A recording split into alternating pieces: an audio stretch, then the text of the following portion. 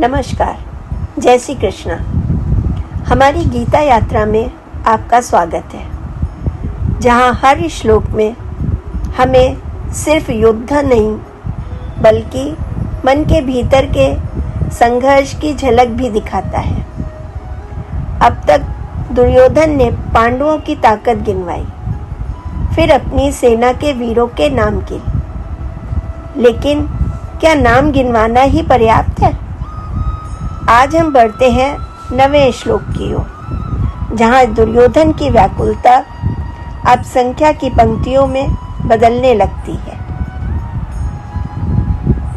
अर्थात मेरे लिए जीवन त्यागने को तैयार ऐसे अनेक पराक्रमी योद्धा यहाँ मौजूद हैं, जो विभिन्न प्रकार के अस्त्र शस्त्रों से सज्ज हैं और युद्ध के विशेषज्ञ हैं। यहाँ दुर्योधन संख्या में शरण लेता है।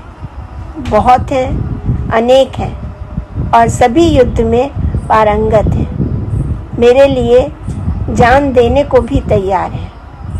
पर एक सवाल उठता है, क्या दुर्योधन को वास्तव में उन पर भरोसा है, या वह सिर्फ शब्दों से अपनी चिंता को ढकने की कोशिश कर रहा है? अब तक वो नाम गिनवा रहा था, भीष्म, कर्ण, कृपाचार्य, अश्वत्थामा, विकर्ण, और अब वो कहता है और भी बहुत से हैं। या बहुत से कौन है? शायद वो जिन्हें प्रमुख नहीं मानता या जिन पर उसका भरोसा स्पष्ट नहीं है। व्यक्ति जीविता, यानी मेरे लिए प्राण छोड़ने को तैयार।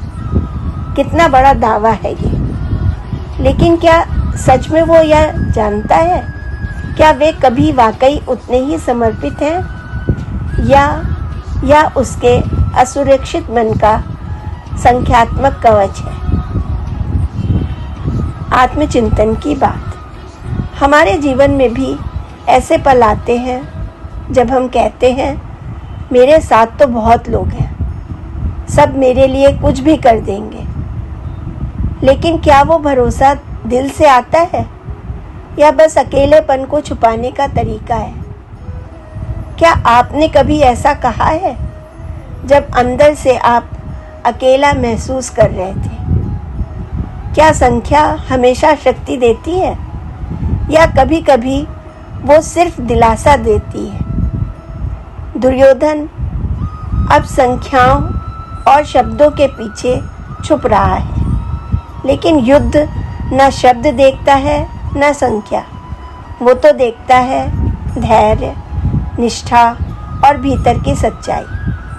अगले श्लोक में दुर्योधन की असल चिंता एक नई दिशा लेती है। क्या वो युद्ध को लेकर निश्चित है या भ्रमित हो रहा है? जुड़े रहिए हमारी गीता यात्रा के साथ। तब तक के लिए राधे राधे।